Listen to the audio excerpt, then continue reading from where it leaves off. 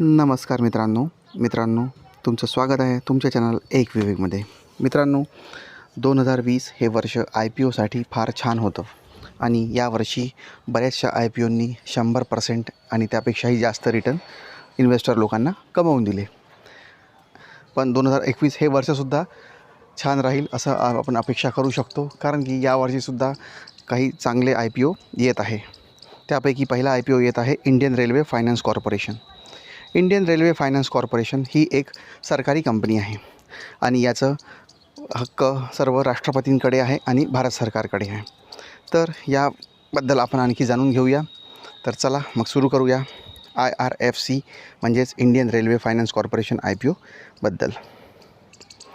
1986मध्ये IRFCची स्थापना झाली आणि भारतीय रेल्वे फायनान्स कॉर्पोरेशन ही एक सार्वजनिक क्षेत्रातील महत्त्वाची कंपनी आहे जी पूर्णपणे भारत सरकारच्या मालकीची आहे.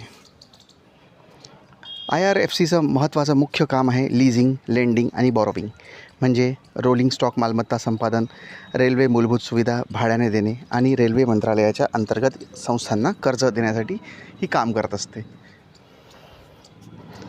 भारतीय रेल्वेची कर्ज घेणारी शाखा असल्याने IRFCला मोलिंग स्टॉक मालमत्ता, wagon track, electric multiple units, engine, coach, त्यात सुधारणा, विस्तार आणि मालमत्ता व्यवस्थापन मिळवणे आवश्यक असते.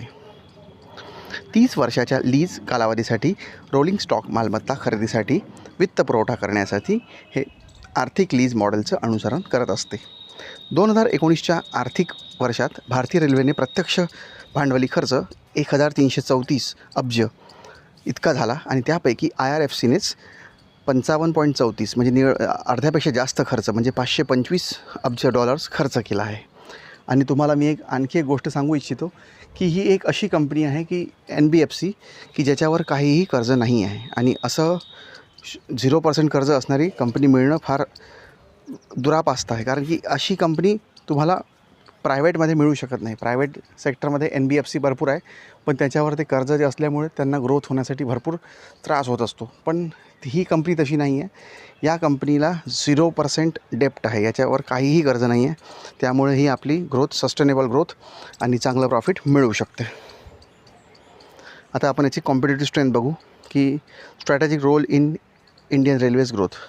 ज्याप्रमाणे रेल्वेची ग्रोथ होईल त्याप्रमाणे या कंपनीची ग्रोथ होईल आणि जेव्हा या कंपनीची ग्रोथ होईल तेव्हा रेल्वेची ग्रोथ होईल, म्हणजेच व्हाईस वर्सा. तर हे एकमेकांवर डिपेंडंट आहे. नेक्स्ट आहे sound credit rating, that is क्रिसिलनी याला AAA, AAA आणि A1+ आणि इकरानीसुद्धा AAA आणि A1+ मानांकन याला दिलेलं आहे. म्हणजे हे मानांकन मिळवणं AAA आणि A1+ हे चांगल्या कंपनीचं लक्षण असतं. कॉम्पिटेटिव्ह कॉस्ट ऑफ बॉरोविंग या कंपनीची फार कमी आहे, म्हणजे कमीत कमी व्याजात त्यांना जास्तीत जास्त पैसे मार्केटमधून उभे करता येतात. त्यानंतर स्ट्रॉंग फायनान्शियल परफॉर्मन्स, या कंपनीचा साऊंड रेकॉर्ड आहे. साऊंड असेट लायबिलिटी मॅनेजमेंट, म्हणजे यांचं असेट आणि लायबिलिटी मॅनेजमेंट फार छान आहे.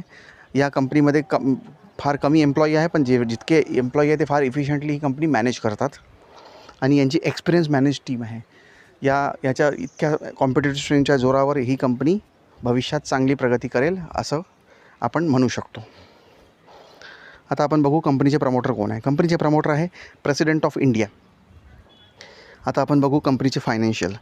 कंपनीचे फायनान्शियल तुम्ही बघू शकत असाल की टोटल असेट ही March 18, March 19 आणि March 20 आणि September 30पर्यंत ही ग्रो होत आहे. टोटल रेव्हेन्यू बघा, ग्रॅज्युअली ग्रोथ आहे त्याच्यामध्ये आणि प्रॉफिट आफ्टर टॅक्स हा सुद्धा रायझिंगच आहे. तर त्यामुळे तुम्हाला कळू शकेल की चांगली सस्टेनेबल ग्रोथ या कंपनीमध्ये आपल्याला दिसून राहिली आहे. आता आपण बघू ऑब्जेक्ट ऑफ इश्यू काय कंपनीचे. तर कंपनीचे वर्किंग कॅपिटलसाठी त्यांना पैसा हवा आहे, कंपनीची ग्रोथ करायसाठी त्यांना पैसा हवा आहे आणि त्यांचे जनरल कॉर्पोरेट पर्पजसाठी पैसा हवा आहे, कारण की विदाऊट मनी ते एक्सपांड करू शकणार नाही आणि रेल्वेचा छोटा प्रोजेक्टसुद्धा बराच कॉस्टली पडतो. त्यामुळे यांना पैशांची नेहमी गरज असते आणि ते बऱ्याच वेळा सरकारकडूनच उभे करतात. पण यंदा त्यांनी IPO आणायचं ठरवलं, कारण की IPOमधून फक्त इक्विटी डायल्यूट केल्यानंतर त्यांना भरपूर पैसे मिळू शकतात. तर हा त्यांचा ऑब्जेक्ट ऑफ इश्यू आहे. आता बघू आपण याचा टाईम टेबल. 18 जानेवारीला हा IPO ओपन होणार आहे सगळ्यांसाठी. तर 20 जानेवारीला हा क्लोज होईल. 25 तारखेला अलॉटमेंट मिळालं की नाही आपल्याला कळेल. त्यानंतर 27 जानेवारीला याचं आजबा अनलॉकिंग होईल, म्हणजे जर ज्यांना तो IPO नसेल मिळाला, जे शेअर डीमॅटमध्ये क्रेडिट नाही झाले ज्या लोकांचे, त्या लोकांना त्यांचे पैसे परत मिळेल. आणि डीमॅट अकाउंटला 28 तारखेला तुम्हाला दिसायला लागेल, 28 जानेवारीला तुमच्या डीमॅटमध्ये दिसायला लागेल आणि 29 जानेवारीला याची लिस्टिंग होईल BSE NSE दोघांवरही, आणि तेव्हा तुम्ही ते शेअर विकू शकता. आता बघू IRFCचे डिटेल्स बघू. याची फेस व्हॅल्यू 10 रुपये प्रति शेअर. याचा प्राईस बँड आहे 25 ते 26 रुपये, म्हणजे लोअर प्राईस बँड 25 आणि अप्पर प्राईस बँड 26 रुपये. टोटल याची इश्यू साईज आहे 4,633 करोड. त्यापैकी 3,089 करोडचे फ्रेश इश्यू आहे आणि OFS आहे 1,544 करोडचा. IPOची लॉट साईज आहे 575 शेअर आणि याचे लीड मॅनेजर आहे IDFC securities, HSBC securities, ICICI securities आणि SBI कॅपिटल मार्केट्स. आणि याची लिस्टिंग होणार आहे BSE आणि NSE दोघांवरही. तर जर रिटेल इन्व्हेस्टरला अप्लाय करायचं असेल तर त्यांना एक लॉट मिळेल 575 शेअरचा 14,950 रुपयात.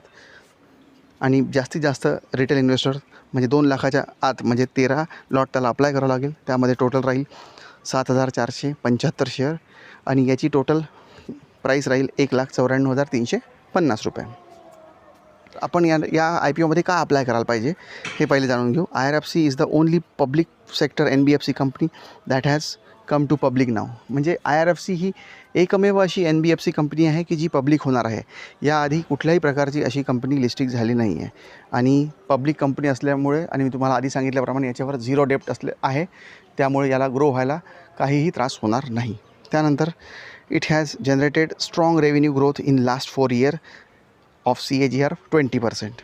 20%च्या CAGRनी मागच्या 4 वर्षात यांनी ग्रो केलेले आहे. त्यानंतर its margin have improved last 4 years CAGR 58%. 58%च्या मार्जिन राखून ही कंपनी ग्रो करत आहे. म्हणजे तुम्ही समजू शकता की किती फास्ट ही ग्रो होत आहे. तर यामध्ये काही रिस्क फॅक्टर आहे ते सुद्धा आपल्याला समजून घ्यायला पाहिजे. They derive significant revenue from the Indian Railway. म्हणजे यांचा मेन क्लायंट रेल्वे आहे आणि तो एकमेवच क्लायंट त्यांचा आहे. तर भविष्यात आपल्याला माहीतच आहे की रेल्वे खाजगीकरणाच्या मागे लागले, प्रायव्हेटायझेशन. आणि जर असं होत असेल तर त्यामध्ये जर प्रायव्हेट प्लेयर्स जर आले तर याचा जर 0% जो डेप्ट रेकॉर्ड आहे तो मे बी काही वाढू शकेल. तर हा एक त्यांचा ड्रॉबॅक आहे. म्हणजे या कंपनीची टोटल ग्रोथ फक्त रेल्वे आणि रेल्वेवरच डिपेंडंट आहे. तर हे डिपेंडन्सी जी आहे ती एक प्रकारे त्यांचा प्लस पॉईंट, तर दुसरा याचा अपोजिट मायनस पॉईंटसुद्धा ठरू शकतो. IPOमध्ये इन्व्हेस्ट करताना आपल्याला हे निगेटिव्ह पॉईंटसुद्धा विचारात घ्यावे लागतील. आता बघू आपण IRFCचे प्रमोटर होल्डिंग प्री IPO आणि पोस्ट IPO. तर सध्या तरी 100% शेअर जे आहे गव्हर्नमेंट ऑफ इंडियाकडे आहे, पण हे IPO आल्यानंतर हा त्यांच्याकडे 86% राहील. जर तुम्ही माझं मत विचारात घेत असाल तर IRFCचा हा बिझनेस जो आहे तो युनिक बिझनेस आहे. याच्यासारखी कुठल्याच दुसऱ्या प्रकारची NBFC लिस्टेड नाही आहे. त्यामुळे याची एक मोनोपोली राहू शकते आणि याच्यामध्ये चांगले लिस्टिंग गेन तर मिळेलच आणि आफ्टर लिस्टिंग गेनसुद्धा इन्व्हेस्टिंगसाठी हा बेस्ट शेअर राहील. Everyone must apply for 1 lot. एक लॉट प्रत्येकाने अप्लाय करायलाच पाहिजे, कारण की असा चान्स सुवर्णसंधी फार कमी मिळत असते.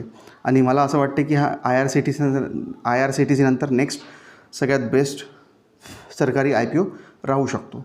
आणि जर का सगळे व्यवस्थित राहिलं, मार्केटचा ट्रेंड अपवर्ड राहिला, तर 8,000 ते 10,000 रुपये प्रति लॉट मिळायला काहीही हरकत नाही आहे. तर त्यामुळे तुम्ही याला एक लॉट जरूर अप्लाय करा. मी स्वतः या IPOमध्ये एक लॉट अप्लाय जरूर करणार आहे.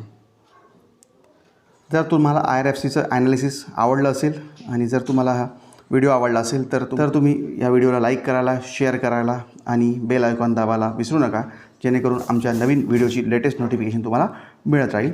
धन्यवाद.